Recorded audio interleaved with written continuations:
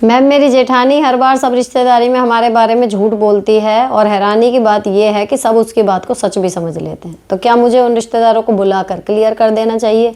क्योंकि हम हर बार यही सोचते हैं कि कौन आर्ग्यू करे, पर उसकी हिम्मत बढ़ती जा रही है। देखो, ये उस जवाब के कंटिन्यूएशन में आया जब मैंने कहा था कि हम अक्सर ये सोचते हैं कि अगर हम ठीक हैं तो हम क्यों किसी को एक्सप्लेनेशन दें, हम अपने में सही होने चाहिए, कोई क्या सोच रहा है इससे फ़र्क नहीं पड़ता। बट एक्चुअली प्रैक्टिकल में फ़र्क पड़ता है। ठीक है, तो अगर आपके बारे में कोई अनर्गल बातें फैला रहा है और आप रोक नहीं रहे उसे, ठीक है, मत रोको, लेकिन जहाँ पर वो फैला रहा है और जो आपके कॉमन कॉन्टैक्ट्स हैं वहाँ पर आपको अपनी साइड बातों बातों में इस तरीके से रखनी है। आप किसी को सफाई नहीं दे रहे, आप केवल अपना साइड दिखा रहे हो ताकि सामने वाले को ये पता लगे कि जो पहली पार्टी बोल के गई है वो कंप्लीट सच नहीं है। तो वो एटलीस्ट कहीं और जाके मुंह खोलने से पहले, या अभी जो बात 2 में है आपके बारे में गलत सलत, वो 20 में पहुँचे, इससे पहले वो 2 में ही कन्फ्यूज़ होकर अटकेगा। थोड़ा भी समझ होती है, सब में इतनी तो होती है ना। ऐसा कोई पागल नहीं है कि किसी ने कुछ कहा और बिना सोचे समझे हमने आगे फैला दिया। थोड़ा बहुत अगर सामने वाला भी आके कहेगा ऐसा ऐसा, तो वो सोचेगा तो ज़रूर कि यार ये इसको कह रही है, वो उसको कह रही है, असल में क्या है ना। और इसलिए मैंने कहा था कि थोड़ा सा अपने बारे में भी बता दो अगर आपके बारे में कोई झूठ फैला रहा है। तो यहाँ पर ये जो है कि जेठानी आपकी बात फैला रही है, तो आपको फ़ोन करके बुला के करने की ज़रूरत नहीं है कि बुला के उन्हें क्लियर करो। लेकिन जब भी वो कहीं मिले या फ़ोन पे आपकी बात होती है तो कभी ना कभी अपना साइड जब भी आपको मौका मिले थोड़ा बहुत रखते रहो। इस चक्कर में मत पड़ो कि परिवार की बात है जी, हम क्यों कहें ये वो। अरे परिवार को तो उसने पहले ही दूसरे आदमी ने खड़ा कर दिया ना बाहर। अब ये हो रहा है कि पूरे परिवार पे बात नहीं है, आपकी बात है। तो अपनी इमेज को ठीक करने के लिए आपको जब मौका मिले तब अपना साइड हमेशा रखना चाहिए खुल के। ठीक, तो ये इस तरीके के कमेंट आते हैं जो जीवन की हमारी रोज़मर्रा की और हमारी परिवार, दोस्त, स्टाफ, जिनसे हम लोग रोज़ मिलते हैं, जिनके साथ हम कट ऑफ नहीं कर सकते अपनी लाइफ में, उनसे जुड़ी हुई प्रॉब्लम्स आती हैं जो लगभग हर दूसरे व्यक्ति के साथ हो ही रही हैं। ऐसा कोई नहीं है जो इन प्रॉब्लम से बिल्कुल अछूता हो। यहाँ एपिसोड में जितनी भी डिस्कस होती है कि ऐसी कोई प्रॉब्लम मेरे साथ तो कभी हुई नहीं। कोई भी इस एपिसोड को देखेगा वो यही कहेगा कि इन 40-50 प्रॉब्लम में से हाँ ऐसा तो मेरे साथ भी हुआ था। ठीक है, तो ये इस तरीके का ही चैनल है। यहाँ पर प्रैक्टिकल जीवन में आने वाली, देखने सुनने में छोटी, लेकिन जिसकी लाइफ में हो रही है उसके लिए बहुत बड़ी प्रॉब्लम्स डिस्कस की जाती हैं और यथासंभव उनके समाधान सुझाए जाते हैं। अच्छी बात यह है कि जो सुन रहे हैं, फॉलो कर रहे हैं, उनकी लाइफ सॉर्टेड हो भी रही है। तो इसी के साथ आज एपिसोड 166 शुरू कर रहे हैं और इसमें एपिसोड 164 के सवालों के जवाब में लेने वाली। ठीक है, चलो आओ बहन बातें करें।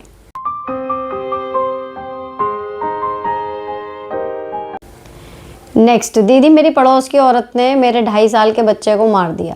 फिर मैंने उस औरत को व्हाट्सएप में मैसेज करके बोला कि ऐसे बच्चे को नहीं मारना था। फिर वो लेडी मेरे हस्बैंड से झगड़ा करने लगी। मुझे बहुत बुरा लगा, सारे पड़ोस के लोग हमें देख रहे थे, बहुत एम्बैरेसिंग फील हो रहा है। देखो पूरी बात क्या है ये आपको ही पता होगा, लेकिन अगर मेरे बच्चे को कोई मारेगा तो मैं व्हाट्सएप की जगह सीधे जाके पहले बात करूँगी, दूसरी साइड भी देखूंगी क्या है क्या नहीं, और अपने बच्चे का थोड़ा सा मुझे पता होगा। अगर मेरा बच्चा बिल्कुल निर्दोष है तो वो तो बाद में आएगी मेरे पति से लड़ने, पहले हम ही ना जाएं उनसे बात करने कि हाथ लगाया कैसे हमारे बच्चे को। तो पहले वस्तु स्थिति पता होनी चाहिए कि कमी हमारे बच्चे में भी है और वो किस हद तक हमारी बॉन्डिंग है। मान लो अब मेरी नंद है या मेरी जेठानी है, वो मेरे बच्चों को प्यार करती हैं, तो अगर मेरे बच्चे कल को आके ये कहें कि हमें उन्होंने मारा, तो मैं उनसे लड़ने नहीं जाऊँगी। मैं यही कहूँगी कि बेटा तूने कुछ गलत करा होगा तभी ऐसा किया चाची ने या बुआ ने, है ना।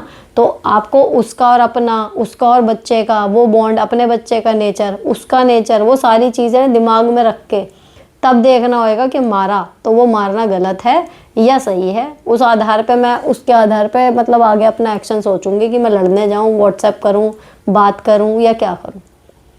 ठीक है, और अगर मेरा बच्चा बिल्कुल निर्दोष है और उससे हमारी ऐसी बॉन्डिंग भी नहीं है कि वो हमारे बच्चे को हाथ लगाए या डांटे, तो फिर मेरे पति के पास तो बाद में लड़ने आएगी, पहले मैं ही जाके हिसाब करूँगी ना कि भाई हाथ क्यों लगा रहा मेरे बच्चे को तू, है ना।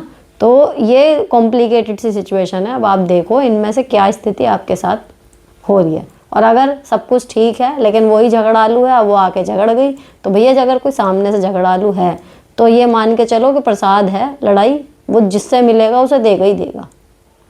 तो उसमें अपने ऊपर गिल्ट लेने की कोई ज़रूरत नहीं है। नेक्स्ट, दीदी मेरी शादी को 8 साल हो गए हैं। वैसे तो मेरे पति मुझसे बहुत प्यार करते हैं। एक देवर है जिसकी मोटापे की वजह से शादी नहीं हो रही है। शादी से पहले मेरे पति को एक लड़की पसंद करती थी ऑफिस में। लड़की, मेरे पति भी उसे लाइक करते थे। मेरे हस्बैंड ने शादी के बाद मुझे इसके बारे में बताया था। वो लड़की मेरे हस्बैंड से शादी करना चाहती थी, लेकिन मेरी सास ने मना कर दिया। एज गैप की वजह से शादी नहीं हुई। अब मेरे हस्बैंड, क्योंकि देवर के लिए लड़की नहीं मिल रहे, तो उन्होंने ये प्रपोजल मेरी सास के आगे रख दिया कि उसी लड़की से बात चला लेते हैं। पर मेरा मन नहीं मान रहा, क्योंकि मेरा मानना है कि ये फीलिंग्स एक बार जो हो जाती हैं वो लाइफ टाइम रहती हैं। इसलिए मैं शादी नहीं होने देना चाहती। मैं सही सोच रही हूँ या मुझे आगे बढ़ना चाहिए? बिल्कुल सही सोच रही हो, बिल्कुल सही सोच रही हो, और मत होने दो शादी। कोई मतलब नहीं है दुनिया में। ऐसा नहीं है कि वो एक ही लड़की बची है। और सीधी सी बात, अगर मोटापा इतना है कि उसकी वजह से आपके देवर की शादी नहीं हो रही, तो वो लड़की क्यों हाँ करेगी? ऑब्वियसली आपके पति की वजह से। भाई अगर उसे नॉर्मल लड़कियां नहीं मिल रही, तो वो नॉर्मल होते हुए हाँ क्यों कर रही है ऐसे आदमी से शादी के लिए? क्योंकि आपके पति घर में है, ठीक है ना? तो आप बिल्कुल सही सोच रही हो। पढ़ के मेरे भी दिमाग में वही चीज़ आई है। तो इसमें कोई वो नहीं है कि नहीं, पॉजिटिव रहो, विश्वास रखो, ये वो, भैया सब कहने की बात है। नहीं होनी चाहिए शादी। नेक्स्ट, लड़की के माँ बाप ससुराल जाकर नहीं रह सकते, और ना ही लड़की ससुराल में रहकर माँ बाप की सेवा कर सकती है जब तक उसके सास ससुर हैं। मेरा ये मानना है जिनके लड़कियां हैं उनके माँ बाप को एक छोटा ही सही लेकिन सेपरेट घर बनवाना चाहिए, जहाँ बेटी रह सके और अपने माँ बाप की सेवा कर सके। बुढ़ापे में जब तक माँ बाप स्वस्थ हैं वो खुद ही अपना गुजारा कर लेंगे। जब हाथ पैर जवाब देंगे तो उन्हें किसी न किसी का सहारा चाहिए। आपने बोला कि वृद्धाश्रम है, तो आपने वृद्धाश्रम का हाल देखा नहीं है। मेरी भी 2 लड़कियां हैं, मुझे भी बहुत डर लगता है, और किसी के पास कोई सोल्यूशन आइडिया हो तो बता सकते हैं, क्योंकि बीच में कहीं मारे नहीं और बुढ़ापा का सामना करना पड़ा तो क्या ही कर सकते हैं। देखो ये ना, हर आदमी का जीने का एक अलग तरीका होता है। कोई अकेलेपन के नाम से ही घबरा जाता है ना? और किसी का अकेलापन अगर पैसे ठीक ठाक हैं, गुजारे लायक है, तो सही भी कट रहा है। कोई नौकरों के भरोसे कहता है कि जी लेंगे, किसी के नौकरी उसे बंद करके मार रहे हैं। कोई एक औलाद के साथ भी सुख का जीवन जी रहा है, किसी की 6 है तब भी वो भूखे पेट मर के हो रहा है। तो ये ना, आप कह दो कि कितना ही प्लान कर लो, बाकी होना वही है जो राम ने रच दिया। तो पर्पजली जो हम कर सकते हैं वो सिर्फ इतना कर सकते हैं, अपनी सेहत का जितना हो सकेगा हम ध्यान रखेंगे, साथ ही इतने पैसे रखेंगे अपने पास किसी तरीके से प्लान करके कि महीने के हमारे खाने पीने, और अगर हमें कोई हेल्पर रखना पड़े तो उतने पैसे हम अरेंज कर लें। और ये आइडिया बिल्कुल ठीक है कि हाँ, घर सेपरेट मतलब भाई भाभी से अलग या कुछ भी है ना। तो अगर लड़की, भैया सीधी बात है, अगर माँ बाप की बुढ़ापे में हम सेवा कर रहे हैं और उनका कोई और करने वाला नहीं है, कहीं ना कहीं प्रॉपर्टी वाला चक्कर भी आता है। तो ऐसा नहीं है, दामाद वमाद कर भी देते हैं आजकल। तो बुढ़ापे में भैया पैसा और शरीर, ये 2 चीज़ें ही साथ रहनी है अपने।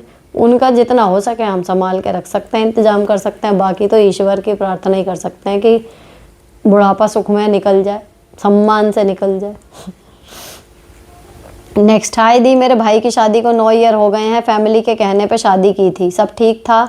2 साल बाद एक बेटा भी हो गया। मेरे भाई कभी भी भाभी को साथ नहीं ले गए, जबकि सभी ने कहा। तो भी मेरी फैमिली भाभी का बहुत सपोर्ट करती है। भाभी जब होता है भैया से फैमिली की बुराई करती रहती है फिर भी, जिससे भाई को भाभी से चिढ़ होने लगी, और वो छुट्टी पे कम, फ़ोन पे बात कम करना, और दोनों में झगड़े भी ज़्यादा होते हैं। अब तो माँ से अचानक तलाक के बारे में बोल दिया, यहाँ तक कि अब सऊदी जा रहे हैं सबसे दूर।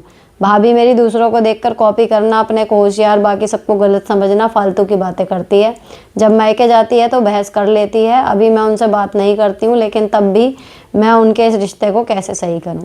आप नहीं कर सकते उनका रिश्ता ठीक। आपकी भाभी जैसी है, आपके पति को वो एज अ पत्नी, एज अ पर्सन समझ में नहीं आ रही, आप उसमें कुछ नहीं कर सकती। आप लोग ऑलरेडी सपोर्ट कर रहे हो, फिर भी वो अगली बुराई कर रही है। तो इसे भगवान पे छोड़ दो, उन दोनों का बीच का मसला है। आप सिर्फ अपनी तरफ से ये कर सकते हो कि तिल्ली ना लगाओ, जैसे और ससुराल वाले लगाते हैं। और अगर वो एकदम भगने को हों तो आप प्रथम दृष्टया यही कहो कि देखो ऐसे नहीं होता, थोड़ा टाइम दो, दोबारा सोचो। बस आप इतना ही कर सकते हो। नेक्स्ट, हेलो दी, देवर कमाता नहीं फिर भी ससुराल वाले शादी करवा रहे हैं। मैं मांगती हूँ पैसे नहीं देते, और उसकी शादी जेवर पूरा खरीद रहे हैं। बच्चे के लिए गोल्ड खरीदा था 3 साल पहले, वो भी उसी में दे दिए। मेरे लिए कुछ नहीं लेते, बोलते हैं वो मेरी फैमिली है, सपोर्ट करूँगा। सास नंद जितना कहती हैं उतना ही करते हैं। बहुत कुछ कहना चाहती हूँ बट कमेंट बहुत बड़ा हो जाएगा, प्लीज़ दीदी रिप्लाई ज़रूर देना। तो जो चीज़ें आपने मुझे यहाँ पे गिनवाई हैं वो आप किसी को भी बोलोगी तो वो साफ साफ दिख रहा है कि आपके पति आपके साथ गलत कर रहे हैं। अपने बच्चे का गोल्ड क्यों दे रहे हैं? चलो नया दे रहे हैं या सपोर्ट करने का अलग चीज़ है, हैं जिस हिसाब से गोल्ड बढ़ रहा है उसकी तो मुट्ठी बंध जाएगी, आप बिल्कुल खाली हो जाओगे।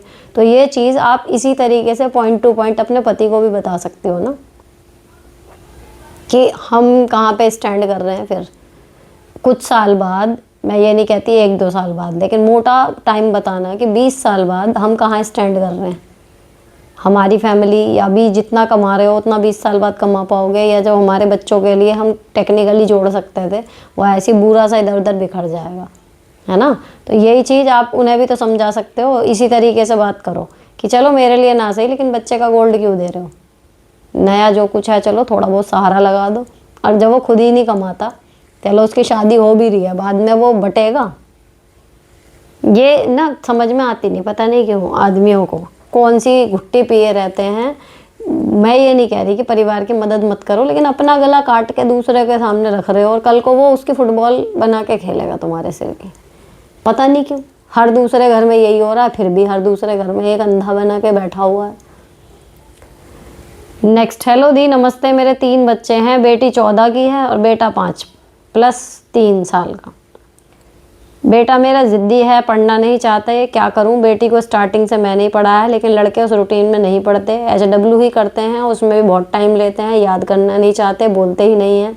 बहुत परेशान हूँ इस बात से, और अगर बोलूँ कि गुस्सा करूँ तो कहता है मुझे भी गुस्सा आ रहा है, मैं नहीं पढ़ूँगा।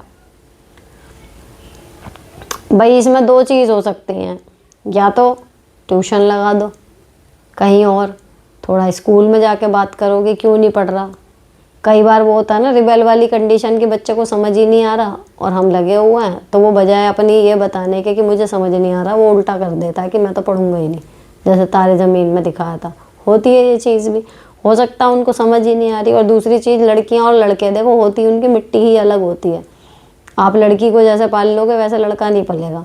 वैसे लड़के हो जाते हैं अगर उनकी बहन नहीं होती ना, किसी के 2 बेटे ही बेटे हों और उसे बेटी पालने का शौक हो, उसके बेटे भी वो ऐसे पाल लेगी, उसको खाना बनाना भी सिखा देगी, घर संभालना भी सिखा देगी, सब काम कर लेगी। लेकिन जहाँ बेटी और बेटा दोनों होते हैं ना, उसमें लड़की लड़की की तरीके से ही पाली जाती है और लड़का लड़के की तरीके से। उनमें फ़र्क रहेगा ही रहेगा, एक से तो वो रहेंगे नहीं। लेकिन आप ये कर सकती हो कि एक बार उनका ट्यूशन ट्राई कर सकते हो कि क्या पता वो आपसे नहीं पढ़ रहे, ट्यूशन में पढ़ लें, एक ट्राई दे सकते हो, है ना।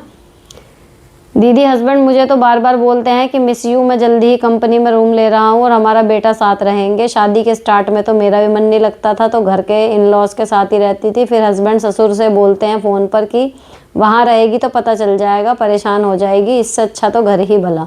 मैं सोचूं कि मैं थोड़ी उतावली हो रही हूँ, बाकी फैमिली भी तो रहती है, परेशान तो शादी होने के बाद ससुराल में भी होती है बंदी। मेरा उनसे बात करने का मन नहीं करता। देखो ये ना लड़कों की टैक्टिक रहती है, अपने पति को जो वो दिखा रहे हैं वो मत समझो। आपको ले जाना है, लेकिन ससुराल वाले आपको जाने में अड़ंगा ना लगाएं, इसलिए वो ऐसे प्रिटेंड कर रहे हैं कि वहाँ जाएगी पता चल जाएगा ये वो। एक्चुअली वो आपको ले जाना ही चाह रहे हैं। नेक्स्ट, हाय दी, मेरा बेटा मुझे सही से बात नहीं करता, कंपेयर करता है अपनी चाची से, अपनी दादी से। वो घर में रहती है, मैं स्कूल में जॉब करती हूँ, रेलवे एग्ज़ाम की तैयारी भी करती हूँ। छोटा बेटा अच्छे से बात करता है, कभी भी खाने को कपड़ों के लिए नहीं बोलता। बड़ा बेटा जीन्स के लिए मना करता है, स्टडी के लिए मना करता है, बोलता है घर में रहो। जब आप जॉब करती हो ना तो आपको मिलती है सैलरी, हाउसवाइफ को वो सैलरी नहीं मिलती।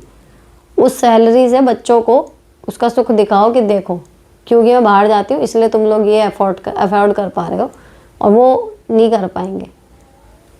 समझ रहे हो भाई, मेरा लॉजिक सिंपल था। यहाँ पर मैं अपने बच्चों को यहाँ के सबसे महंगे स्कूल में पढ़ा रही हूँ, या फिर उनकी जो जायज़ मांगे होती हैं कुछ भी है उसको हम सोचते हैं कि यार पूरी कर दें, है ना।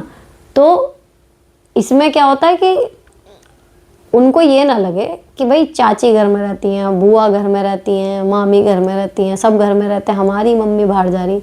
अगर हमारा बच्चा वो काम जो 12 साल 15 साल के बच्चों की माएँ सब हाथ में करके दे रही हैं, बिल्कुल एक एक चीज़ मेरे बच्चा खुद कर रहा है 6 साल की उम्र से, तो वो कहीं ना कहीं उसका कुछ तो जस्टिफिकेशन उसको अलग जगह मिलना चाहिए ना, कि हमारी माँ ऑफिस जाती है तो हमें कुछ एक्स्ट्रा भी मिल रहा है। तो कल को वो किसी भी चीज़ पे हाथ रखें कि मम्मी ये चाहिए या ये पसंद आ रहा है ना, तो मुझे ये ना देखना पड़े कि मेरे पास पैसे नहीं है। तो वो मैं इसीलिए तो नहीं देख पा रही क्योंकि मैं जॉब पे हूँ। और जब बच्चों को मम्मी की सैलरी में से चीज़ें मिलती हैं ना एक दो बार, उन्हें समझ में आता है कि हमारी मम्मी कमा रही है, इसीलिए हमारी लाइफ मज़े में कट रही है। तो जब उसकी जॉब की वजह से थोड़ा बहुत उनको झेलना पड़ता है ना, वो आराम से हंसते हंसते झेलते हैं, आदत हो जाती है। तो एक दो बार उसकी पसंद की कोई चीज़ अपनी सैलरी से दिलवा दो, तब देखो।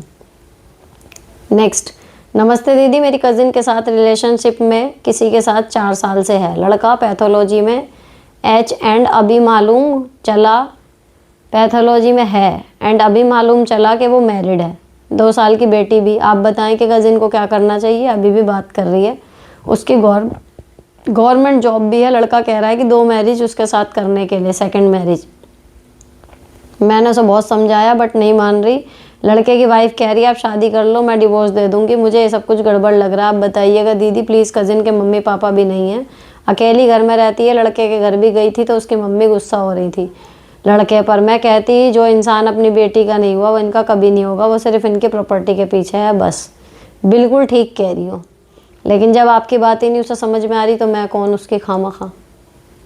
सिंपल सी बात है, जॉब है उसकी, दोनों मियाँ बीवी उसका उल्लू बना के उसकी सैलरी या जो कुछ भी उसने जोड़ा हुआ होगा वो हथियाने की सोच रहे हैं बस, और क्या। छोड़ेगा ही नहीं वो, इन्हें ही जी के अड़ा करके अपना किनारा करना पड़ेगा।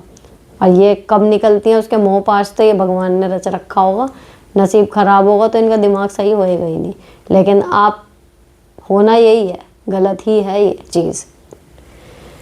दी नमस्ते, मैं अपने हस्बैंड से बहुत परेशान हूँ। ड्रिंक करते हैं, लड़कियों से बातें करते हैं, मैं कुछ कहती हूँ तो मुझे मारते हैं। मायके में मेरी मम्मी भी नहीं है, मेरे 2 बच्चे हैं। प्लीज़ हेल्प मी, डिप्रेशन में हूँ। ऐसे हस्बैंड को कैसे डील करूँ मैं? फर्स्ट टाइम आपको मैसेज कर रही हूँ, प्लीज़ हेल्प मी। उससे ना डील करने की ज़रूरत ही नहीं है कमीने से। मेरे मुंह से सीधे गाली निकलेगी ऐसे आदमी के लिए। आप ये मानो कि आपका पति है ही नहीं, मर गया। लिटरली मैं ये वर्ड बोलूँगी, ठीक है? तू कहीं जा, कहीं मुंह मार, किसी से बात कर, दारू पी, कुछ कर, मुझसे तेरा कोई मतलब नहीं। घर में रहो, खाना बना दो, कपड़े धो दो, ये सोच के कि हाँ एक आदमी का काम एक्स्ट्रा है। लेकिन आप उसको एज अ पति छोड़ दो कि भैया है, क्योंकि अब आप शादी से निकल नहीं सकती, घर छोड़ के जा नहीं सकती। 2 बच्चे हैं आपके, आप उन्हें जी लगा के पालो। उसको अपनी इमेज की परवाह नहीं है, आप भी उसकी परवाह मत करो, है ना? वो कभी वापस आएगा, वो कभी आपको पति के रूप में सब कुछ अच्छे से रहेगा आपके साथ, इस उम्मीद में अपना जीवन बर्बाद कर लोगी। आधा तो हो चुका ऐसे के साथ बंध के, लेकिन बाकी का आधा आपके ऊपर डिपेंड है। आप ये सोच लोगी ना मेरा पति है ही नहीं, रो लो, पिट लो, खूब आपको लगे कि हाँ चिल्लाना है, रोना है, खूब रो लो 1-2 बार, लेकिन ये मान लो कि मेरा पति है ही नहीं। तो आपका शादीशुदा स्टेटस भी चलता रहेगा, आपका घर रहने के लिए बना रहेगा, आपके बच्चे पलते रहेंगे, बच्चों के सिर से बाप जैसा भी है वो हटेगा नहीं, किसी को कुछ पता नहीं चलना। लेकिन आप मेंटली फ्री हो जाओगी कि ठीक है भैया मुझे इस आदमी से कोई उम्मीद नहीं है, क्योंकि अब आप टोक रही हो तो मार रहे हैं। मतलब जलील ही है इंसान, फिर वो खाए जहाँ जाके उसे गोबर खाना है। नेक्स्ट, दीदी मैं पहली बार कमेंट कर रही हूँ, मैं प्रेगनेंसी प्लान कर रही हूँ, कृपया करके बताइए कि मैं अपने आप को कैसे बिजी रखूँ। पति तो ऑफिस चले जाते हैं, घर में अकेली रह जाती हूँ। भाई मैंने तो रामचरितमानस पढ़ी थी, पूरे टाइम पे मैंने 2 बार ख़त्म कर ली थी रामचरितमानस। आप वो कर सकती हो। टीवी लिमिटेड टाइम के लिए कुछ अच्छा पॉजिटिव है वो देख सकती हो। लाइट योगा वगैरह जो है वो प्रेगनेंसी में जो कर सकते हैं, उसका एक रूटीन बना लो। 3 टाइम आप अपने लिए खाना वगैरह उस हिसाब का बनाओगे, उसमें है तो अपना लिख के एक टाइम टेबल बना लो कि मुझे ये करना है। एक बार बन जाएगा टाइम टेबल, फिर आप उस हिसाब से उसको डेली मशीन की तरह फॉलो करते रहो, आपका ये टाइम कट जाएगा। अब खाली पड़े अगर फ़ोन स्क्रॉल करते रहोगे तो भैया वो बिल्कुल भी रिलैक्स नहीं करता माइंड को। मैं हमेशा ये कहती हूँ, उल्टा आप बिना कुछ करे थका हुआ इतना महसूस करते हो, ना सिर्फ दिमाग से बल्कि शरीर से भी। तो फ़ोन भी चला रहे हो ना, एक लिमिटेड टाइम सेट कर लो कि हाँ ठीक है 1 घंटा चला लिया, चलो अब रख देते हैं। अपना एक लिख के टाइम टेबल बना लो, जो भी आप इस टाइम पे पॉसिबल है आपके लिए काम करने, और आप उस टाइम टेबल के अनुसार ही अपना धीरे धीरे अपना प्रेगनेंसी का टाइम काटो। नेक्स्ट, मैं काफ़ी परेशान हूँ फाइनेंशियली। जब से शादी हुई है पर्सनल चीज़ के लिए भी रोना पड़ता है। अब इस वजह से इतना पक गई हूँ कि बच्चों पर गुस्सा निकलता है। उसी में मेरी बॉडी भी बेकार हो गई है। 3 देवरानी जेठानी में खाने को लेकर लफड़ा होता है। कोई इज्जत नहीं करते पर अलग भी नहीं करते। हस्बैंड साथ नहीं देते। अपना कुछ करना है पर क्या। शादी के 8 साल बाद पहला फ़ोन मिला है, ब्लॉग्स बनाना स्टार्ट किया पर किसी को नहीं बताया तो प्रॉब्लम हो रही है। बीच में रोकना पड़ता है, इंटरेस्टिंग नहीं लग रहा मुझे, खुद क्या करूं। मैंने देखा था, आपने कमेंट किया था तो मैंने आपका चैनल देखा था, लेकिन देखो व्लॉगिंग में अगर आपको लगे कि आपने इधर व्लॉग डाला और इधर आपकी अर्निंग शुरू हो गई या फिर एकदम आप पॉपुलर हो गए या फिर एकदम आपके व्यूज़ आने लगे, ऐसा होता नहीं, क्योंकि हर दूसरा आदमी व्लॉगिंग कर रहा है ना। तो कुछ एक एक्सपेक्टर ज़रूरी है कि जो ऐसी चीज़ कोई आपके जो व्लॉग में हो और औरों के व्लॉग में ना हो, वो आप बनाते रहोगे। थोड़ी बहुत स्टार्टिंग में पिक्चर क्वालिटी इधर उधर भी होती है ना, लेकिन अगर साउंड क्लियर है चल जाएगा। उसके बाद जब चैनल शुरू करोगे, शुरू के 1 महीने में ही जो आपकी शुरू के 20 वीडियो से ही कोई ना कोई एक वीडियो जो भी थोड़ा ठीक परफॉर्म कर रही होगी, यूट्यूब खुद चलाता है, वायरल करता है। तो अपनी स्टार्टिंग की वीडियो जोश में ऐसे ही डालने के बजाय अच्छी तरह प्लान करके कोशिश करो कि उसमें कुछ ऐसा कंटेंट डालो जो पब्लिक के काम का हो, जिसे देख के उनको कुछ फ़ायदा हो सकता है वो आगे बढ़े। और समय अच्छा होता है ना, गरीब इतने घर के लड़के लड़कियां या महिलाएं जोड़े, है ना, लेकिन यूनिक अपने कंटेंट की वजह से महीने भर में ही वायरल हो गए हैं। शुरू में ही जो एक चांस मिला उसी में उनका चैनल इतना ग्रो हो गया। एक बार मोनेटाइज हो जाए, पैसे आने लगे, व्यूज़ आने लगे, तो फिर समझो थोड़ा सहारा लगना शुरू हो जाएगा आपको, है ना। लेकिन अभी आप जिस चीज़ पे ध्यान दे रही हो वो सारी नेगेटिव चीज़ें हैं कि मेरी लाइफ में ये नहीं है, ये नहीं है, ये नहीं है। जिन चीज़ों पे ध्यान दोगे वो बढ़ता जाएगा। उल्टा सोचो मेरी लाइफ में ये है, ये है, ये है, तो वो बढ़ता जाएगा। नेक्स्ट, मैं MA BEd क्वालिफाइड हूँ। 4 साल का लड़का है, school going, daily up down करना पड़ता है 25 किलोमीटर वन साइड। मैं खुद साथ जाती हूँ, बच्चे के स्कूल में बैठ के वेट करती हूँ। क्या करना चाहिए मुझे, प्लीज़ आंसर मी। इतनी दूर बच्चा क्यों जा रहा है आपका 25 किलोमीटर? बच्चे का तो पास ही स्कूल में कहीं करवाते हैं यार। मेरे को ये चीज़ प्रैक्टिकली अच्छी नहीं लग रही कि है हमारे बच्चे के लिए या हमारे लिए। नेक्स्ट, दीदी मेरी सास हमारी मेड को कई बार भगा देती हैं और काम बहुत हो जाता है, क्या करें, सास का नेचर ख़राब है। आप ना एक मेड स्टेपनी पर रखा करो हमेशा निगाह में, नंबर उसका, जैसे ही पहली भागे दूसरी को बुला लो। नेक्स्ट, हेलो दीदी मैं अपनी ससुराल से अलग सिटी में रहती हूँ हबी एंड बेटे के साथ। ईयर में 15 दिन के लिए ससुराल जाती हूँ। वहाँ मेरे सास ससुर मेरे पति को मेरे अगेंस्ट कान भरते रहते हैं। पति अपसेट होकर मेरे से कलेश करते हैं। मैं पूछती हूँ क्या बात है तो कुछ बताते नहीं। सास मुझे भी हर तरह प्रोवोक करती है कि मैं उन्हें कुछ बोल दूँ ताकि वो रो रो के मेरे हबी से बोल सकें देखो 15 दिन के लिए आई आती है, उसमें मुझसे कलेश कर रही है। खुद बहुत अच्छा और मुझे बुरा बनाने की कोशिश में लगी रहती हैं। मेरे बेटे को भी मेरे सामने मेरे खिलाफ सिखाती हैं। पति कुछ नहीं बोलते। वहाँ जाना मेरी मजबूरी है। मुझे मेंटल अपसेट करने में लगी रहती हैं। प्लीज़ गाइड मी दीदी, कैसे 15 दिन शांति से काटूं। मैं वहाँ से आके कई मंथ मेरे और अभी के झगड़े चलते हैं। वो लोग इतना जहर घोल देते हैं। Please help. आपको चाहिए थोड़ी सी कलाकारी। ऐसे लोगों को डील करने के लिए ना आपकी ज़ुबान में थोड़ा सा धार लगाने की ज़रूरत है आपको। जब आपके बेटे को आपके खिलाफ भड़का रही हैं जिस टाइम पे, तो वो जो भी कह रही हैं, फॉर एग्जाम्पल मतलब कुछ भी कह रही है, तेरी मम्मी अच्छा खाना नहीं बनाती, तो वहीं सीधे कह दो ना, बड़ तो उसी खाने को खा के रहा है ना। या फिर तेरी बहू यूँ नहीं करती, तेरी बहू यूँ नहीं करती। मान लो पति यूँ नहीं कह रहा, अब आपको पता है कि 15 दिन है भैया, वो आके कलेश करेगा, ये वो, चुप लगा जाओ। अकेला आदमी कब तक कलेश करेगा? 10 मिनट 15 मिनट बोलेगा, ठीक है। आपको पहले से पता है ना ये होने वाला है, तो आप चुप लगा जाओ उस टाइम पे, मत रिएक्ट करो। 15 दिन का क्या काटना। और अगर उसके आने के बाद भी कई महीने झगड़ा होता ही रहता है, तो आप सिंपल फिर ये है कि जाना मजबूरी है वाली बात में सीधे मना कर दो कि मुझे जाना ही नहीं है। वहाँ से आने के बाद वैसे भी 3-3 महीने झगड़ा चलता है, ऐसे भी चलेगा, तो 15 दिन मैं क्यों टॉर्चर झेलूँ? आके लड़ लेना मेरे से जितना लड़ना, बात खत्म। सुनीता जी प्लीज़ कुछ बताएं कि हस्बैंड को कैसे बातें करें कि उनको अच्छा लगे। भैया सबका हस्बैंड अलग, सबके आदमी अलग हैं। मुझसे कोई कैसे बात करेगा वो मुझे अच्छा लगेगा, हो सकता है आपको ना अच्छा लगे कि ये कैसी बातें कर रहा है। तो अपने आदमी का हमें देखना है ना, अपने पति का, कि उसको किस तरीके की बात अच्छी लगती है। ये कोई एक यूनिवर्सल वो थोड़ी है कि हम पत्नी हैं तो हमें ये बोलना है, मैं आपको पीडीएफ दे दूं कि ये बातें बोलो।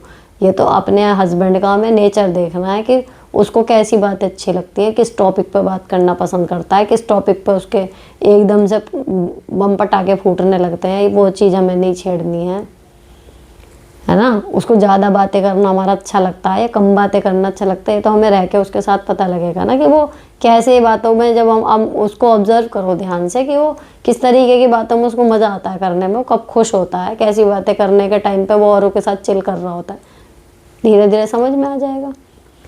नेक्स्ट, हेलो दी, मैं भी कुछ करना चाहती हूँ, अपना खुद का कमाना चाहती हूँ, हाउस वाइफ हूँ, मेरा एक 2 साल का बेबी है, घर पर रहकर ही कुछ करना चाहती हूँ, लेकिन ऑनलाइन वर्क हैं बहुत सारे, कुछ समझ नहीं आ रहा, प्लीज़ दी सजेस्ट करिए कि मैं क्या कर सकती हूँ घर पर रहकर।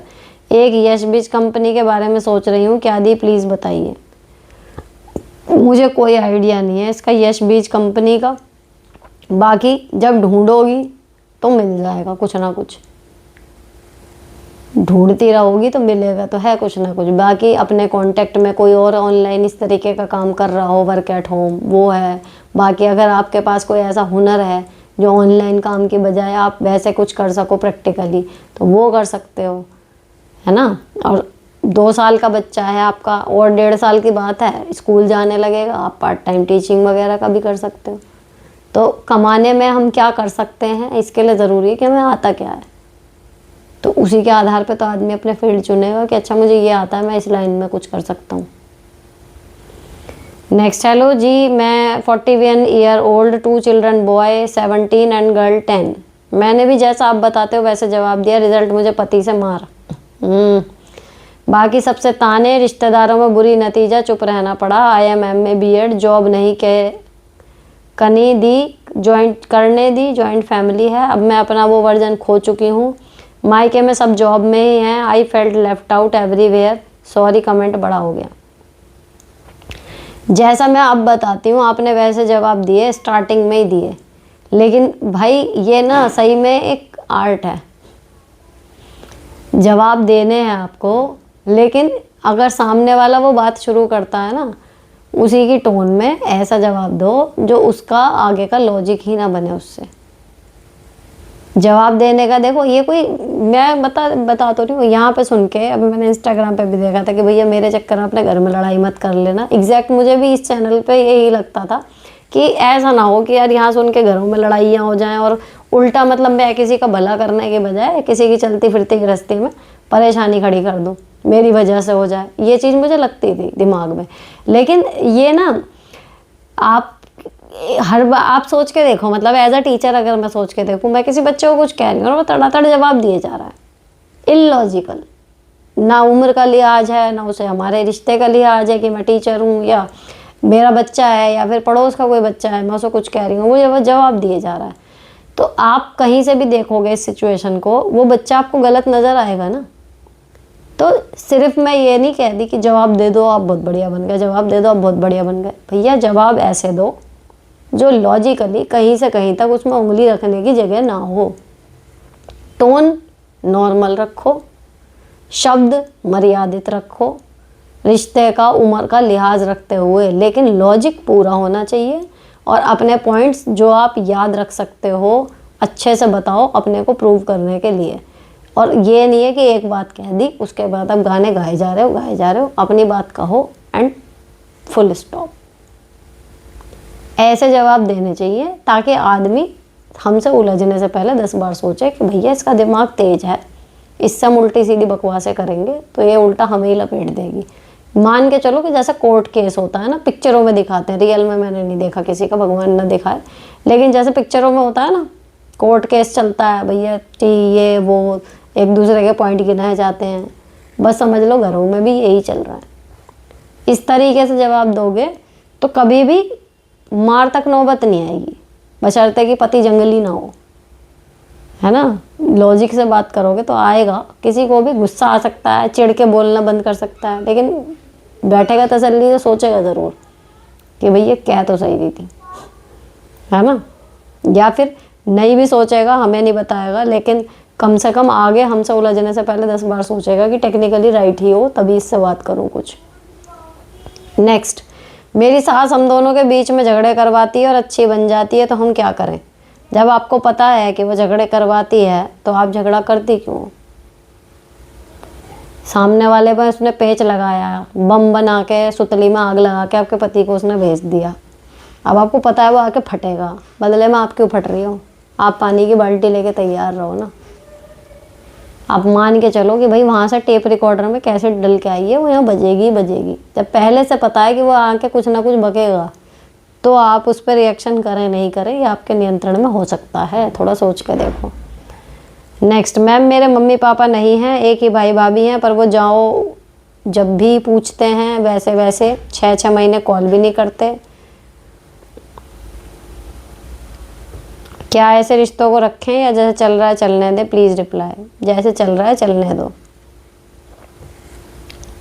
दीदी मेरी लव मैरिज हुई है, मेरी शादी को 8 साल हो चुके हैं, मेरे 2 बच्चे भी हैं, मेरे हस्बैंड प्राइवेट जॉब करते हैं। कहीं ना कहीं मुझे ऐसा लगता है मुझे भी कुछ करना चाहिए। क्या मुझे अपनी पढ़ाई शुरू करनी चाहिए? मेरा 12th भी नहीं हुआ है अभी, तो कहीं ना कहीं मुझे ऐसा लगता है कि मुझे अपनी पढ़ाई करनी चाहिए दोबारा से और कुछ करना चाहिए अपनी लाइफ में। मेरे हस्बैंड कहते हैं तू चिंता मत कर, मैं तेरे साथ हूँ, पर मुझे समझ में नहीं आता मेरा मन पढ़ाई करने का क्यों करता है। मैं गांव में रहती हूँ, सब लोग कहते हैं आप क्या करोगी, पढ़ लिख कर बच्चों को पढ़ाओ, आप बताओ मैं क्या करूँ, बहुत कंफ्यूज हूँ। अगर आपका मन है और हस्बैंड का सपोर्ट है तो आप पढ़ो, और जो कह रहे हैं कि बच्चों को पढ़ाओ उसमें भी कह दो कि मैं भी ज़्यादा पढ़ लूँगी तो बच्चों को और अच्छे से पढ़ा पाऊँगी। इसमें औरों की सुनने की ज़रूरत ही नहीं है। अगर आपका मन है पढ़ने का तो पढ़ो। बहुत सी टीचर्स ऐसी हैं जिन्होंने शादी के बाद पढ़ाई पूरी करी और नौकरी भी ली है। नेक्स्ट, हाय मैम मेरी नंद और सास ने देवरानी को बोला ये बहुत ख़राब है, इससे बात नहीं करना, हम लोग ऐसे रहेंगे कि इसको जलाएंगे। खैर वो इतना फ्री हो, सास नंद के साथ है कि मुझे वो बच्चों की तरह ट्रीट करती थी कि मैं कोई पागल हूँ। जितना भी करते बना नाटक अच्छी बनने का किया, पर कोई अब तक असली रंग से बचेगा और आया सामने उनका रंग। अब देवरानी आकर बोलती है आप इतना दिन कैसे झेली इनको, अभी 7 महीने हुआ है और वो अलग रहने की बात कर रही है। सास को ना हंसते बन रहा है ना रोते। 7 महीने में तीसरी बार देवरानी ने मुझसे बात की है कि कैसे क्या करूं। मैंने बोला मैं क्या बताऊं, जो करना है करो, बस मुझसे सब लोग दूर रहो, मुझे बख्श दो। अब वो बात करना चाहती है पर मुझे पता है कभी भी पलट जाएगी।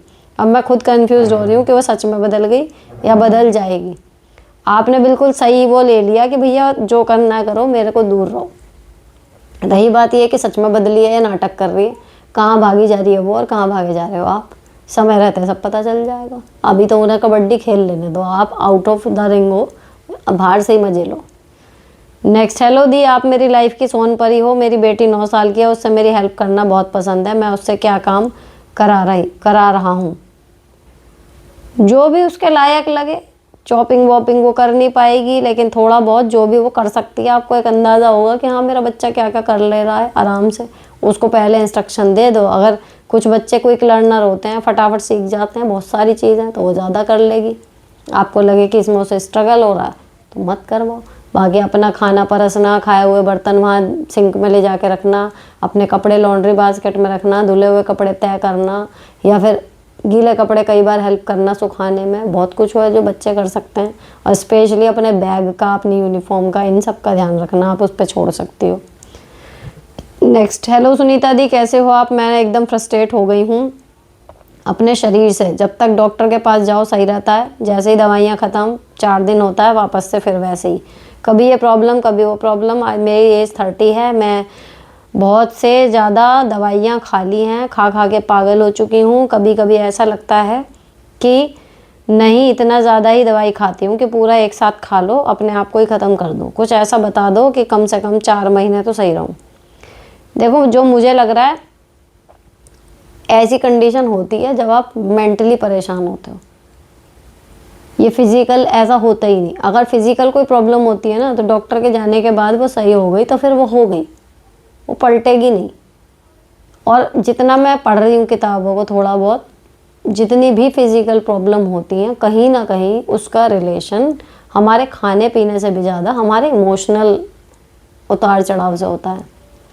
कौन सी फीलिंग हमारे मन में ज़्यादा आ रही है उससे ही जुड़ी हुई बीमारियां हमारे शरीर में होती हैं। और दिमाग तो मैं हमेशा कहती हूँ कि दिमाग खेल जाता है।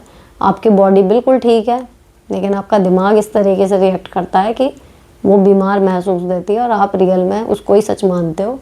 डॉक्टर के जाओगे ना, कई बार टेस्ट में कुछ नहीं आएगा, लेकिन बार बार जा ही रहे हो तो कुछ तो देगा ही डॉक्टर भी। तो आप अगर बाहर नहीं निकलते घर से, सबसे पहली चीज़ है आउटिंग करना शुरू करो। बाहर मार्केट तक सब्जी लेने ही चले जाओ, पास में कोई पार्क हो वहाँ तक चले जाओ, है ना। कहीं से भी अगर आपके यहाँ इनविटेशन आता है ज़रूर जाओ। घर से बाहर निकलना शुरू करो, डेली रेडी होके अपना काम निपटा के थोड़ा सा निकलो, है ना। घर में भी कुछ नया चेंज कर लो, बेड वगैरह की स्थिति अगर बदल सकते हो वो बदल लो, फ़ोन पे बात कर लो लोगों से। कुल मिला के जो एक घर में रहते रहते हम कहीं ना कहीं आराम के नाम पे हम कर रहे होते हैं आराम, लेकिन वो हमारे को खा रहा होता है।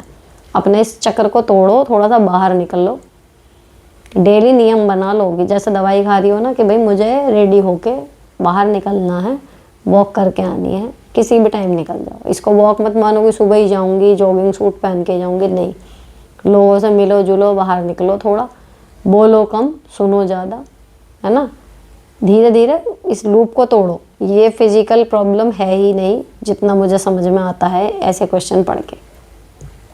नेक्स्ट 3-2-1 वाली टेक्निक वास्तव में काम आती है, मैंने इसे काम में लिया। जिन लोगों को नहीं पता है क्या है, आलस भगाने का तरीका था कि जब हम सोचे जा रहे हैं जस्ट काउंट दो अपने आप को 5 से लेके 1 तक या 3-2-1, और उसके बाद खड़े हो जाओ, सोचो मत, सीधे जाओ जिस जगह पर वो काम होना है और वहाँ जाके मशीन की तरह, रोबोट की तरह वो काम करना शुरू कर दो।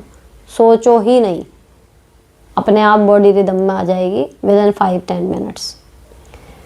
नेक्स्ट, आपकी हाइट कितनी है? मेरी हाइट, मुझे कुछ सूट लेने हैं इसलिए पूछ रही हूँ, आप पर अच्छे लगे साइज़ और कलर के हिसाब से, मुझ पर नहीं सही लगे तो। मेरी हाइट कम है, 5 फीट है, उससे भी 1 आध इंच नीचे ही है, पूरी भी नहीं है, तो उस हिसाब से आप अपने लिए ऑर्डर करना। नेक्स्ट, हेलो सुनीता जी, मैं 10 to 5 जॉब करती हूँ। मेरे जेठ जेठानी और उनका एक बेटा है। पहले साथ में खाना बनता था, एक बार लड़ाई में मैंने अलग किचन के लिए बोल दिया क्योंकि वो चालाकी दिखाती थी। काम में मेरे ऊपर ही प्रेशर रहता था। अब उन्होंने खाना तो अलग कर लिया पर किचन अलग नहीं किया, उसी में बनाती हैं, जिससे बहुत दिक्कत होती है। उनका कमरा ऊपर है, वो नीचे आकर बनाती हैं। मेरी फैमिली और सास ससुर नीचे रहते हैं। अब हमारा और सास ससुर का खाना साथ बनता है। मुझे गिल्ट रहती है कि मैंने क्यों लड़ाई की, साथ ही रहता, सब एक ही किचन में 2 लोग अलग अलग बनाते हैं। कोई बात नहीं, आज नहीं तो कल किचन भी अलग हो जाएंगे, लेकिन जब दिक्कत हो रही थी, जब भी आपने ये स्टैंड लिया, उस टाइम का टाइम सोच के फालतू की गिल्ट में मत जाओ।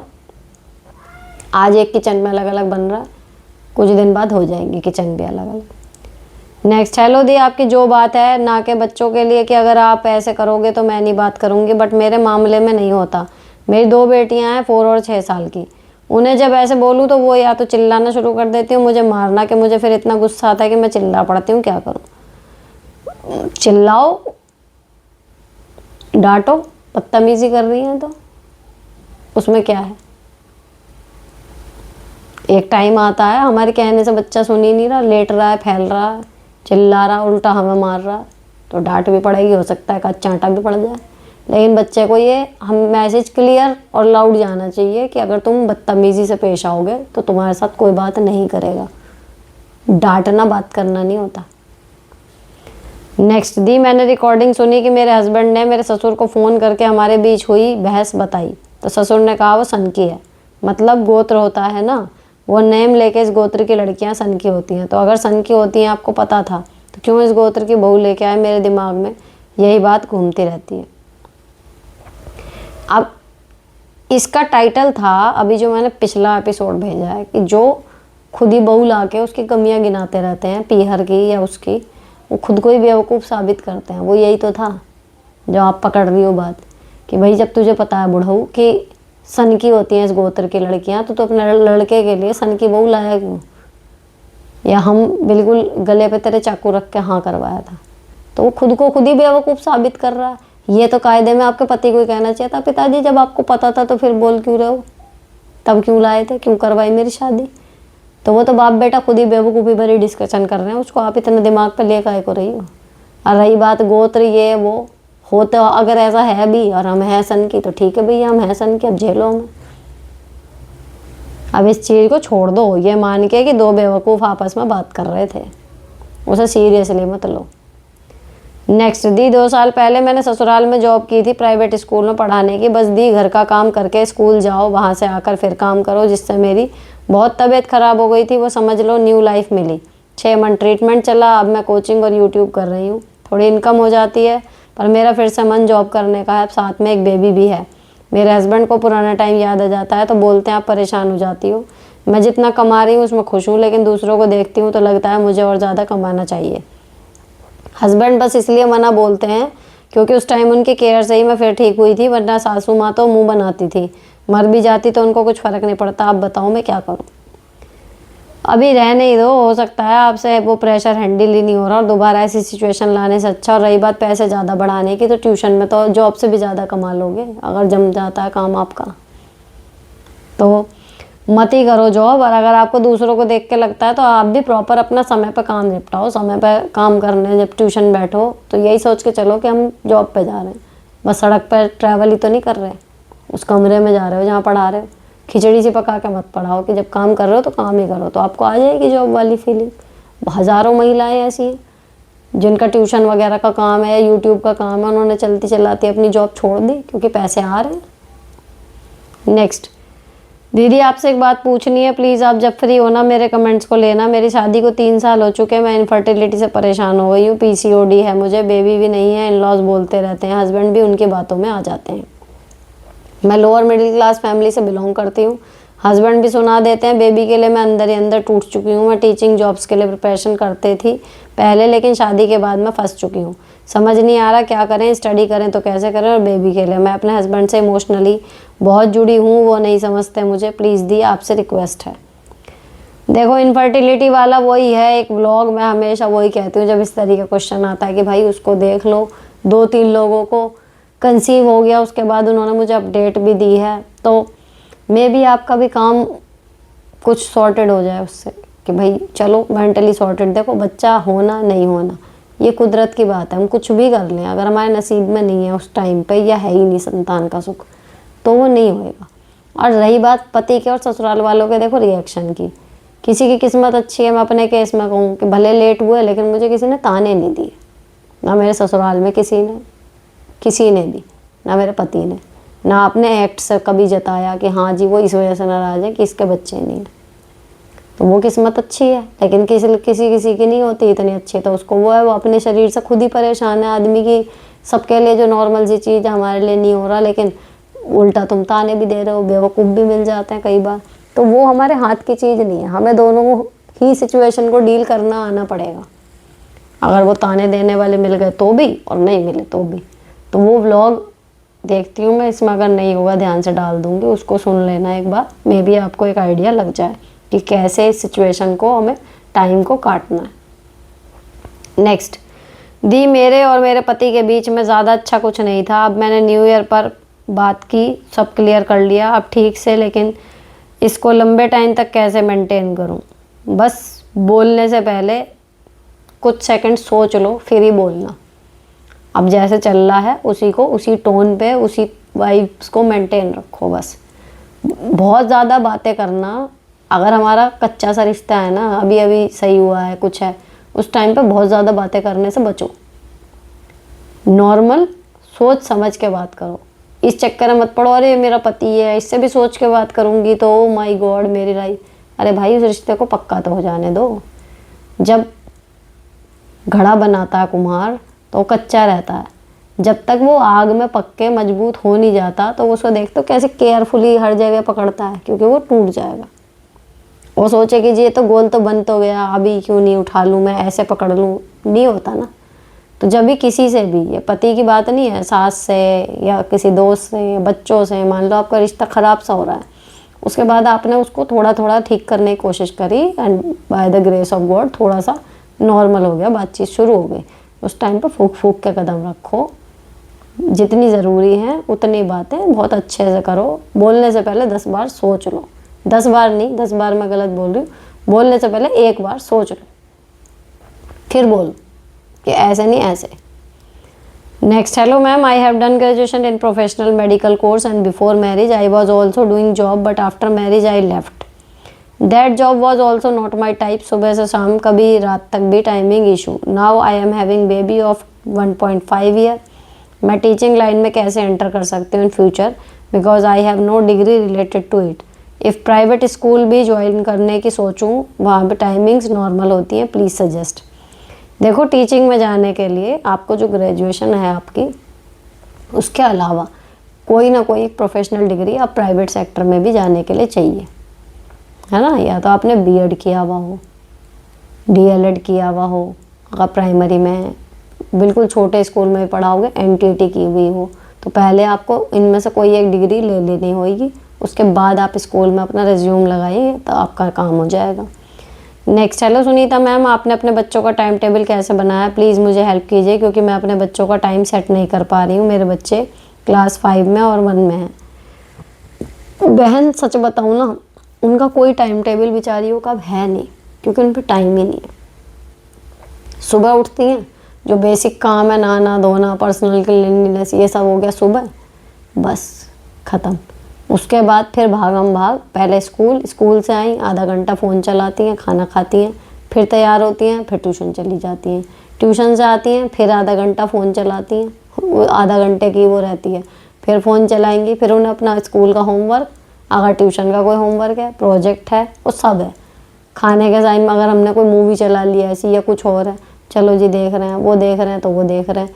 और फिर उसके बाद मतलब ये है कि 9:30 पौने 10 उन्हें लिटा देती हूँ, ताकि एटलीस्ट नींद पूरी हो जाए। तो इस टाइम पे ऐसा कुछ भी नहीं है। अब इनकी उम्र के और बच्चे पता नहीं क्या क्या सीख रहे हैं, इस चीज़ का मुझे कई बार गिल्ट भी रहता है, लेकिन ये मेरे बच्चे अपना रिलैक्स, ठीक है, नींद पूरी हो रही है, जितना ज़रूरी है उतना कर रहे हैं। जब इन्हें कभी लगेगा, एक फेज़ आएगा, मुझे ऐसा लगता है अपनी लाइफ को देख के कि जब आप मेहनत करते हो ना, तो फिर वो 8-7 साल की मेहनत आप 3 साल में भी निपटा लेते हो। तो देखते हैं इनका क्या ही होएगा, लेकिन ना कुछ एक्स्ट्रा टाइम मिल रहा है कुछ एक्स्ट्रा सिखाने के लिए या कुछ और ऑन द गो ये है कि मैं चिल्लाती रहती हूँ, ये रख दो, वो रख दो, वो रख दो। घर के काम ही ऐसे सीख रही हैं। छुट्टी वाले दिन होती है तो मैं इन्हें बैठने नहीं देती, फिर मैं इन्हें जितने भी एक्स्ट्रा काम है, फेस पैक लगाना है, कुछ है, अपनी अलमारी साफ़ करनी है, उस दिन मैं इन्हें लगाए रखती हूँ। तो उसका मैं कोई लिख के नहीं बना रखा, बस ये है कि हाँ अभी इनके पास टाइम है, चलो करो काम। फ़िलहाल इनका कोई टाइम टेबल है नहीं, जो स्कूल और ट्यूशन के साथ बंधा हुआ है वही इनका जीवन चल रहा है। नेक्स्ट, आपके घर के मनी प्लांट बहुत अच्छे लगते हैं, कैसे मैनेज करते हो प्लीज़ बताएं। कुछ भी नहीं करते, बस बीच में जब लगता पानी कम हो गया पानी भर देता, पूरा पानी भरो मत, बीच बीच में जड़ों की ट्रिमिंग कर देती हूँ बस, और क्या। नेक्स्ट, हेलो दी, मैं सीखो ऐप के बारे में जानना चाहती हूँ। ज़्यादा तो मुझे नहीं पता, बाकी इसकी आपको एक रिप्लाई भी आया हुआ है कि बेसिक सी चीज़ें सिखाते हैं, लगता है कि इतना तो यूट्यूब में वैसे ही मिल जाता है ना। और बाकी जो मुझे सुनने में आया वो ये है कि पेड है, ले लोगे आप उसको कर लोगे, लेकिन उसके बाद फिर पेड वर्जन ही लेना पड़ता है जब वो कुछ चीज़ें दिखाएगा। और ये मैं भी सहमत हूँ कि अगर आप ढूंढोगे तो यूट्यूब पे हर चीज़ की नॉलेज मिल जाएगी आपको, थोड़ा और फिल्टर लगा कर ढूंढोगे तो ऑथेंटिक भी मिल जाएगी, है ना।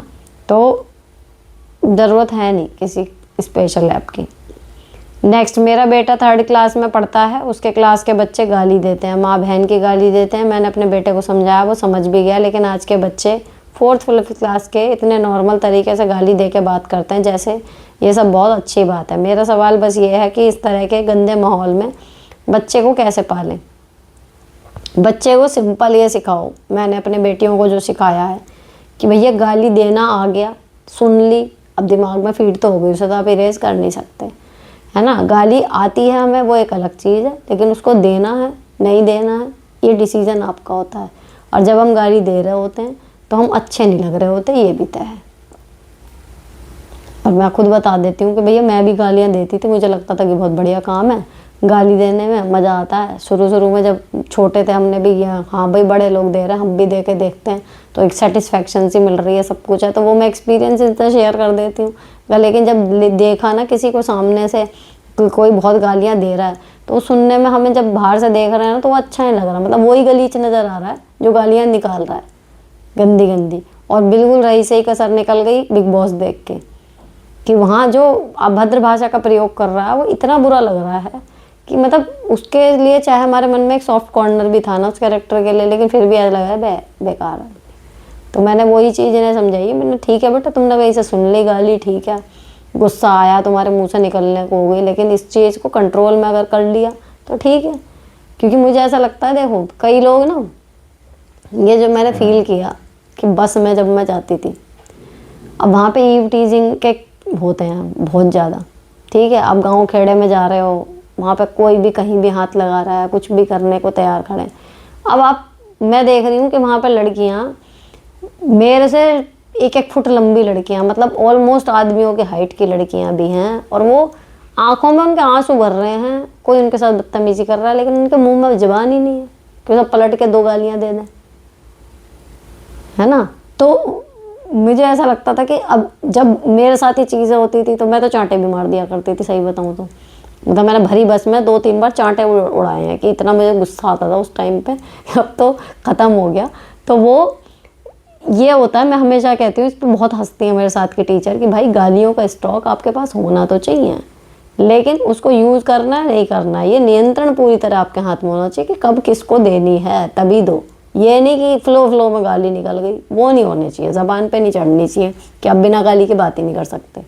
तो मैं हमेशा कहती थी कि जो बस में आशिक मिलते हैं इनको क्या आप भैया कह कर कहेंगे, इनको तमीज़ आती है, लेकिन जहाँ 2 गालियाँ दी कस के उनका धूम तनन हो जाता है। हमेशा यही होता था, अगले का स्टॉप आया हो ना आया हो, जैसी अगली बार बस रुकी तुरंत वो उतर के साइड से बाहर। तो बच्चों का भी यही है भैया। अब आप ये सोचो, आज के ज़माने में हम गाली दे रहे बिना वाले बच्चे देख लेंगे तो नहीं होता। इंग्लिश मीडियम वाले इंग्लिश में गालियाँ दे रहे हैं, हिंदी मीडियम वाले हिंदी में दे रहे हैं, हिंदी में सारे ही दे रहे हैं, होता ही है। बस हमें अपने बच्चों को ये सिखाना है कि भाई ठीक है गाली आ गई तुम्हें देनी, मान लिया, ठीक है तुमने सुन ली, तुम्हारी गलती नहीं थी, लेकिन आदत नहीं बननी चाहिए, हर किसी को नहीं दोगे, नहीं तो बुरे तुम ही लगोगे। बस इतनी उन्हें पट्टी पढ़ाते रहो तो वो धीरे धीरे सीख जाएंगे। ठीक है गाली आना एक चीज़ है, लेकिन देना ज़रूरी नहीं होता हर चीज़ में। चलो नेक्स्ट। दीदी मैंने 2 साल पहले मैं गलत रास्ते पे चली गई थी। मैंने पहले एक लड़के से बात की, फिर उससे ब्रेकअप करके सेकंड लड़के से बात भी हुई और लिमिट क्रॉस तक कर ली। कल के लड़के तो पहले जचते ही कि सेक्सुअल चीज़ बोलकर मैं समझ नहीं पाई, और मैं भी बहुत ओपन हो गई थी, बहुत ज़्यादा मतलब समझी तो बहुत गलत चीज़ें हो गई थी। मुझे बहुत खुद से घृणा हो गई। मैं ये कैसा कर सकती हूँ, बहुत कुछ सेक्सुअल चीज़ें हो गई हैं। ये है कि कुछ फ़ोटोज़ नहीं हैं, आगे चलकर वो मुझे वो सब चीज़ें बोलेगा कि तू मेरे साथ ये सब किया है तो मैंने तेरे से वो कराया है। मैंने इन सारी चीज़ों से बाहर नहीं निकल पा रही हूँ। कुछ वो लोग मुंह खोला तो मैं नहीं चाहती किसी को पता चले, और मैं अपनी बदनामी करना नहीं चाहती हूँ। ये सब डर से मैं कैसे आगे बढ़ूँ, कैसे क्या करें। अभी मेरी शादी भी होनी है और कुछ समझ नहीं आ रहा कि कैसे आगे बढ़ूँ। मैं रात भर नहीं सोती हूँ, एकदम डिप्रेशन में चली गई हूँ। मेरी शादी हो गई है, होगी तो वो मेरे साथ कैसे रहेगा। सेक्सुअल चीज़ों को हुए 14 मंथ हो गए हैं, उसके बाद भी 2 या 3 बार बात की हूँ, और 3 महीने से ऊपर हो गए पूरी तरीके से बात बंद किए हुए। और मेरे घर में ये सब अलाउड बिल्कुल भी नहीं था, मतलब कोई आज भी जानेगा तो मेरा जीना मुश्किल है। मैं सबकी नज़रों से गिर जाऊँगी। अब पता नहीं क्या होगा, कैसे होगा, चीज़ें कहीं कुछ बहुत गलत ना हो जाएं। दीदी मैं बहुत परेशान हूँ, आगे कुछ रास्ता नहीं दिख रहा है, प्लीज़ रिप्लाई ज़रूर करिएगा। देखो जितना जो हो गया पास्ट में, वो कितना भी बुरा हो, हम उसे बदल नहीं सकते। आप कितना भी स्ट्रेस ले लो, ठीक है। अच्छी बात यह है कि अब आपने कदम पीछे खींच लिए, अब आपका उनसे कोई कनेक्शन नहीं है। अब आप खुले मन से अपने नए जीवन में, जब भी आपकी शादी होगी, मैं तो यही कहूँगी कोई ज़रूरत नहीं है कि एक बार ऐसा हुआ था वो बताने की भी कोई मुद्दा ही नहीं है। सबका होता है पास्ट। हो सकता है जिससे आपकी शादी हो उसका भी हो, वो आपको बताए ना बताए, लेकिन आप अपना बता के पहले से पहले ही अपने संबंध में किरकिरी डगा लोगी। अगर वो कर भी लेगा ना शादी, तो फिर कभी भी आपका झगड़ा होगा ना, वो यही बातें बोलेगा, ठीक है। और ये जो जिन लड़कों के साथ आपका पहले से संबंध हो चुका, ज़रूरी नहीं है यार कि वो वहाँ जाके बताएं। हर कोई एक सा नहीं होता ना, और वो क्यों ही बताएंगा। जो ब्लैकमेल करने वाले होते हैं भाई, या तो उन्हें पैसे चाहिए या फिर वो आपको वापस अपनी लाइफ में पाना चाह रहे हैं। 2 ही तो रीज़न होते हैं, उन दोनों में से कोई होगा नहीं, ठीक है। और जब कभी ऐसी सिचुएशन आए भी ना कि मैं बता दूंगा ये वो, अपना पति के साथ आपका बॉन्ड इतना स्ट्रांग हो चुका होगा, ठीक है भाई बता ले, मैं भी कह दूंगी अब जो हो चुका वो हो चुका, क्या करूँ कि वो बदल जाए। मेरी गलती हो तब है ना अगर मैं शादी के बाद भी कहीं इधर उधर जा रही हूँ, किसी के साथ संबंध रख रही हूँ। जो हो गया, तब मेरे पति थोड़ी थे मेरी लाइफ में। उसको ये करना कि आपको फ़र्क नहीं पड़ता किसी के बताने से, अगर इन फ्यूचर भी वो कुछ ऐसा करे, ठीक है। तो आप इतना स्ट्रेस मत लो इस चीज़ का, कुछ नहीं होगा। आप आराम से ऐसे रहो कि बस ठीक है, एक काला अध्याय था, ख़त्म हो गया, ना उससे किसी का जिक्र करने की ज़रूरत, ना कुछ और। कभी रिश्ता हो, शादी हो, अपने पूरे मन से शादी करो, अपने पति के साथ ईमानदार रहो, नया जीवन शुरू करो। इस चीज़ को डिस्कस करने की किसी से भी कोई ज़रूरत है ही नहीं। नेक्स्ट, हाय मैम, मेरे हस्बैंड बहुत ड्रिंक करते हैं, मेरे 2 बेटे क्लास 10th एंड 4th, घर का माहौल ख़राब रहता है, शैडोड 16 साल का हो गए हैं, बाकी सारी आदत सही पर ड्रिंक भारी करते हैं, फिर कुछ भी नहीं सुनते हैं। बाकी सारी आदत सही पर ड्रिंक बहुत करते हैं, फिर कुछ भी नहीं सुनते हैं। तो ड्रिंक जब करते हैं तो उनसे कुछ बात करो ही मत ना,